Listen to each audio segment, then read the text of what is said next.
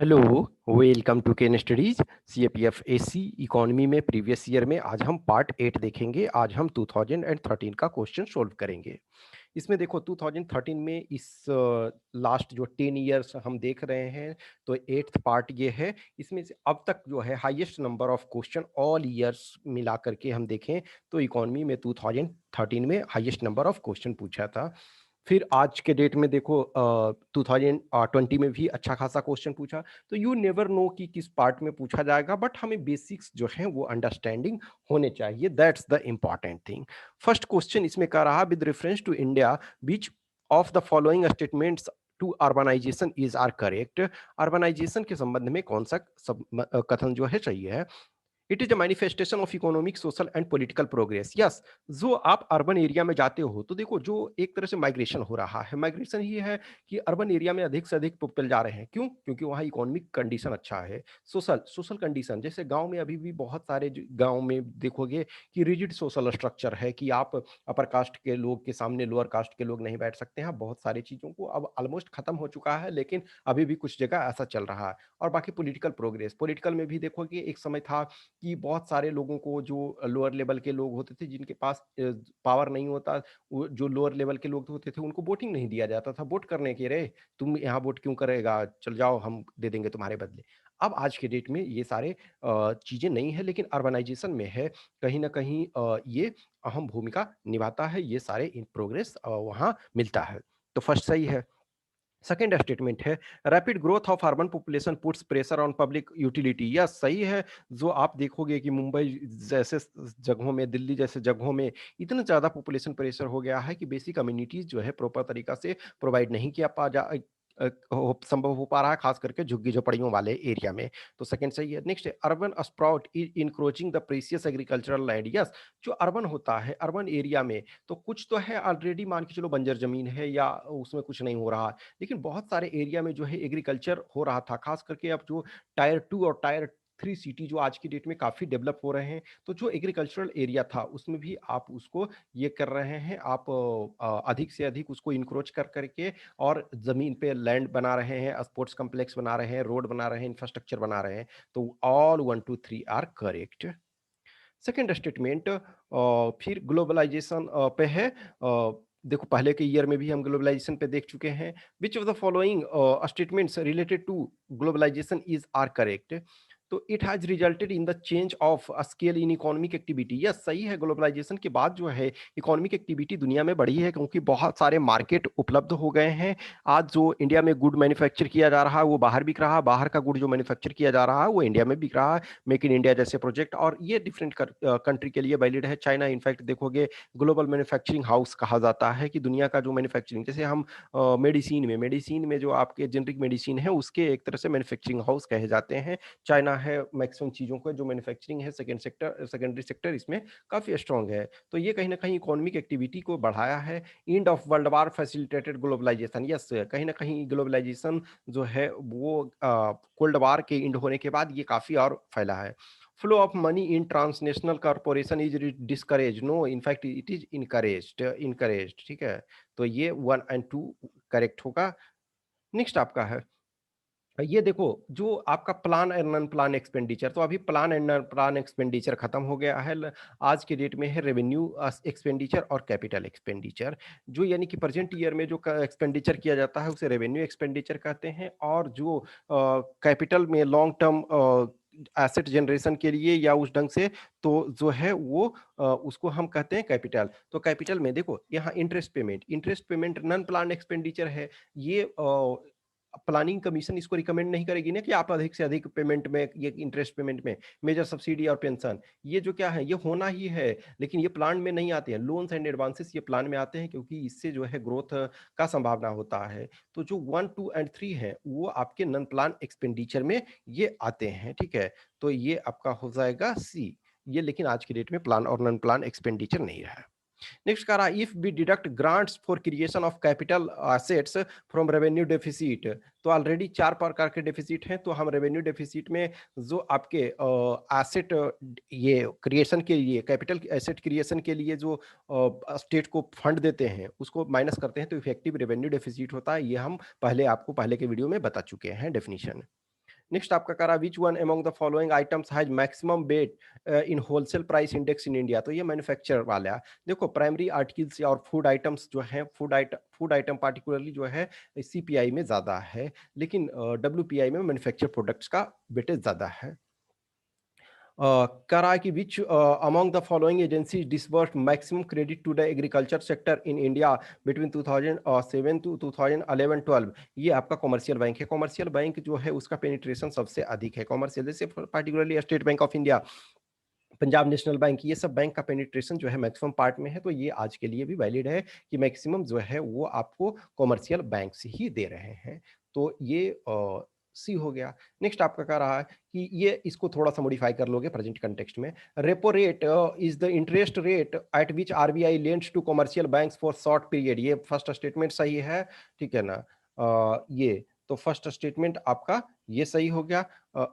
एक second, sorry, ये note correct करा तो फर्स्ट स्टेटमेंट सही है। सेकंड है reverse repo rate is the interest rate which RBI pays to commercial bank on short term deposit. Yes, ये भी सही है। तो ये आंसर में शामिल नहीं होगा। क्या होता है ना कि देखो जो आरबीआई है तो वो कहती है कि यदि आपको पैसे की जरूरत है तो आप हमसे ले जाएं तो इंटरेस्ट पे करें, और यदि आपके पास पैसे सरप्लस हैं तो हमारे पास जमा कर दें तो हम इंटरेस्ट देंगे। तो जो आरबीआई इंटरेस्ट पे करता है उसको रिवर्स रेपो रेट कहते हैं, और आरबीआई जो चार्ज करता है उसको रेपो रेट। तो रेपो रेट जो होगा वो रिवर्स रेपो रेट से ज्यादा होता है। अभी वर्तमान समय में हम देखें तो रेपो रेट 4% है और रिवर्स रेपो रेट जो है वो 3.35%। देखिए तो ये दोनों स्टेटमेंट सही हो गया। तीसरा, gap between repo rate and reverse repo rate has been declining in India in recent past. देखो ये जो स्टेटमेंट है उस समय तत्कालीन समय के लिए ये स्टेटमेंट जो था ये गलत था, लेकिन आज के लिए ये सही है कि देखो पहले जो था वो कांस्टेंट था तो इस वजह से ये डिक्लाइन नहीं हो रहा था, कांस्टेंट होता था, 1% का डिफरेंस होता था। लेकिन अभी हम देख रहे हैं क्या है, 4% और 3.35% यानी 0.65%, सॉरी 0.65% ये डिफरेंस हो गया।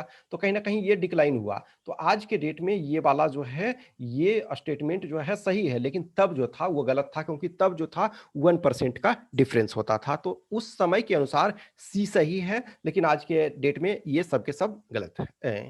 सॉरी, सब के सब आज के डेट में ये सही है, ठीक है, उस समय ये गलत था। नेक्स्ट है the rate of inflation in India is measured generally in respect of movement. देखो उस समय के लिए होलसेल प्राइस इंडेक्स था, आज के डेट में कंज्यूमर प्राइस इंडेक्स है। तो आज के लिए जब हम इस आंसर को देखते हैं तो आपके लिए कंज्यूमर प्राइस इंडेक्स हो जाएगा।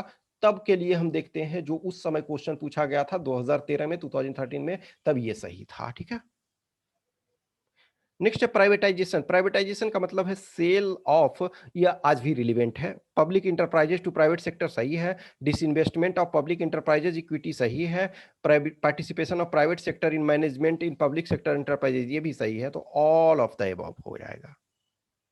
नेक्स्ट आपका है which of the following statements is correct with respect to convertibility of Indian rupee, यानी इंडियन रूपी के कन्वर्टिबिलिटी के संबंध में कौन सा सही है। तो देखो it is convertible on capital account, it is convertible on current account, तो ये करेंट अकाउंट पे फुल रूप से कन्वर्टेबल है। It is convertible both on current and capital account.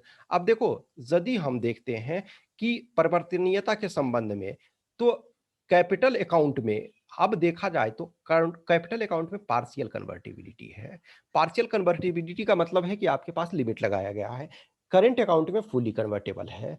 तो कैपिटल अकाउंट में तब भी आपके पास जिस समय क्वेश्चन पूछा गया था पार्शियल कन्वर्टिबिलिटी था, आज भी पार्शियल कन्वर्टिबिलिटी है। तो इनफैक्ट हम ये कह सकते हैं कि करेंट अकाउंट में ये कन्वर्टेबल है, कि फुल रूप से करेंट अकाउंट में कन्वर्टेबल है। लेकिन इसमें पार्शियल कन्वर्टेबल है, तो पार्शियल कन्वर्टेबल है तो उसको हम नहीं मानेंगे ना, क्योंकि क्या है कि आपके पास रेस्ट्रिक्शंस है, लिमिट है, आपको प्रॉपर परमिशन से। लेकिन जो ये है करेंट अकाउंट में फुल रूप से आपका कन्वर्टेबल है। तो बी इसका करेक्ट आंसर है।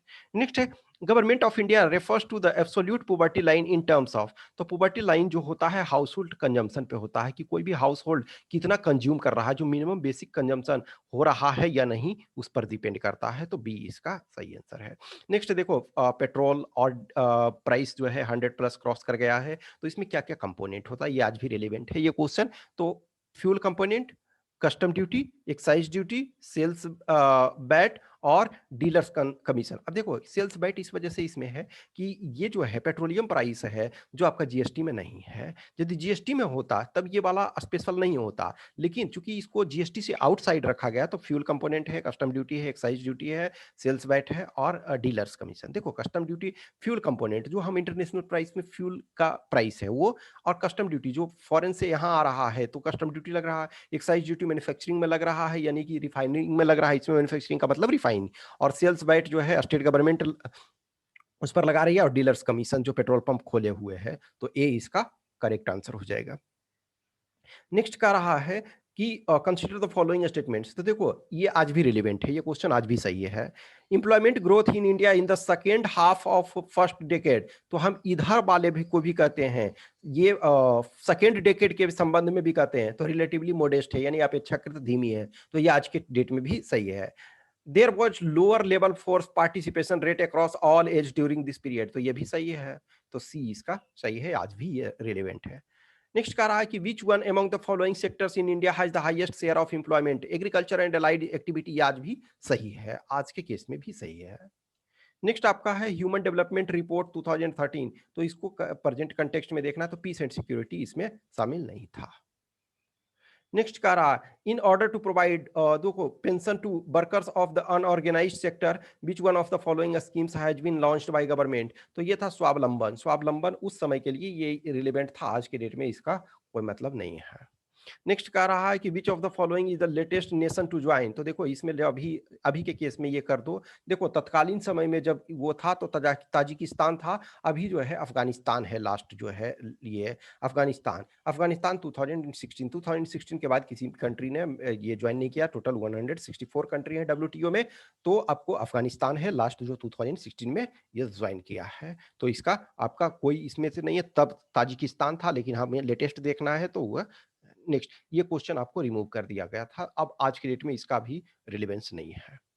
नेक्स्ट कह रहा है कि which of the following statements about the scheme Roshni launched by ministry of rural development, तो ये भी आज के डेट में आपके पास ये कोई इसका इंपॉर्टेंट नहीं है, ठीक है, बट स्टिल यदि हम देखें तो इसमें क्या है, the scheme is support to provide training and employment to youth in age of, ये देखो अब सॉरी ये 10 कर लो, ठीक है ना, 10 to 35, ठीक है, ये 1 नहीं, 1 से कैसे कोई भी प्रशिक्षण प्राप्त करेगा।